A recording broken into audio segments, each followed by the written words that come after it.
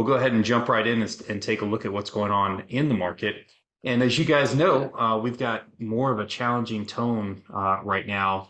The overall market is really breaking some key support levels. The Nasdaq is now today in what they call correction territory, which simply means that the Nasdaq composite has pulled back 10% from its all-time high. So typically we look at 20% as a bear market, 10% as a correction, and there's nothing magical about those numbers, but it does help sometimes just to kind of categorize where we are in this whole market cycle and to understand, and also to look back and be able to look at, like statistics for when we enter a bear market, what is likely to happen? When we enter a correction, how often do we come out of it without a bear market and so forth? So those things can be helpful just for studying market trends, but I want to be careful not to place too much emphasis on any one label because just like people, markets are all very different and we don't want to lean too heavily on any one specific label. This morning, we received a GDP announcement, which just basically tells us how the economy did for the third quarter. And GDP came in above expectations. So the US economy grew at an annual rate of 4.9% in the third quarter, which was more than people expected. And a big part of that was fueled by consumer spending. Now, it's important to notice that consumer spending is in all of the GDP data is backwards looking. So we're looking at the third quarter, which ended September 30th. Today is October 26th.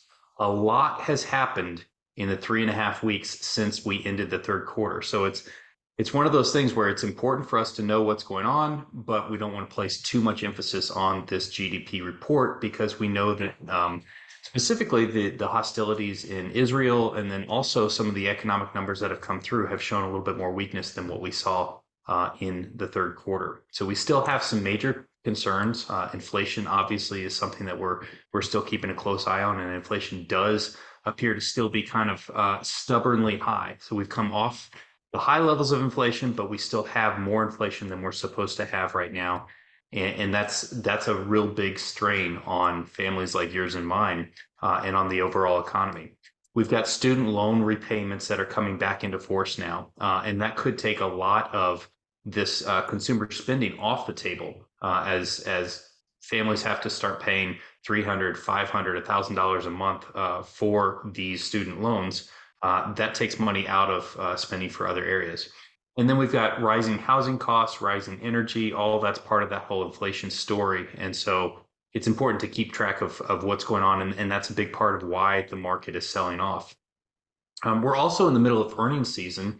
And specifically, investors have been looking very carefully at some of the large cap tech stocks and have been reacting to these announcements even just this week. So yesterday, Google traded sharply lower. I hated seeing that. It's one of our positions, as you guys know, and this one has been a disappointment.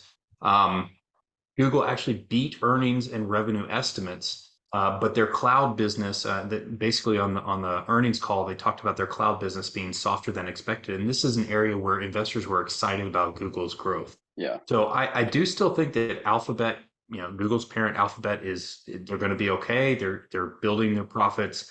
It's a solid business, and they're part of this whole AI excitement, and investors are enthusiastic about artificial intelligence. However, Google may have gotten ahead of itself a bit in this pullback. I'm watching it carefully to see if we can find support or not. And if we can't find support, then we may be able to adjust our positions and really profit from a rebound.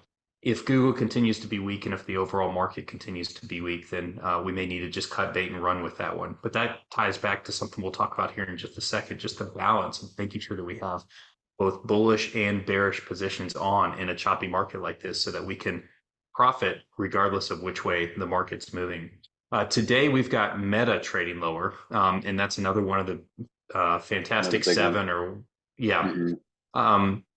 And they're basically, they beat or they came in with profits that were very strong, but they're forecasting a slowdown in their advertising revenue as we become more worried about a potential recession. And another thing that was highlighted this morning on a news service that I was watching is that a lot of times advertisers don't like to spend as much during wartime. It's kind of seen as maybe unsavory to be running significant ad campaigns when we know that people are hurting in Israel and as war starts to pick up. So that's something that we'll need to keep an eye on, whether that affects Meta long term. Even Microsoft, they announced positive earnings and the stock gapped higher, but it's now selling off as investors are moving away from this whole tech area.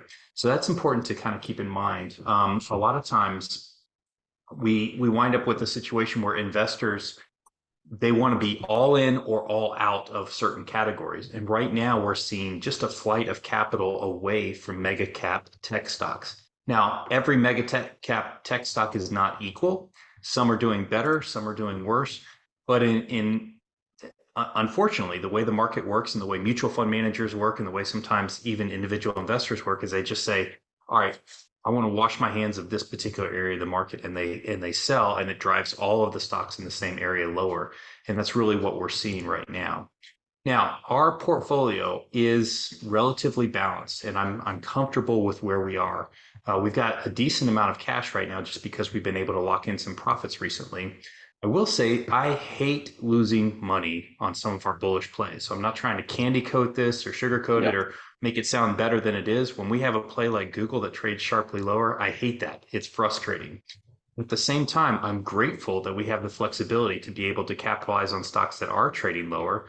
And we saw just this morning, we were able to sell our Align position, ALGN. We had a bearish position on Align. The stock dropped after earnings, and we were able to lock in a 188% gain on that position. So that's just proof of our balanced approach and why that makes sense for us as investors, because we are able to make profits on stocks that pull back. And that can help offset some of our losses, even on our bullish plays that we expect to do well. Sometimes they won't.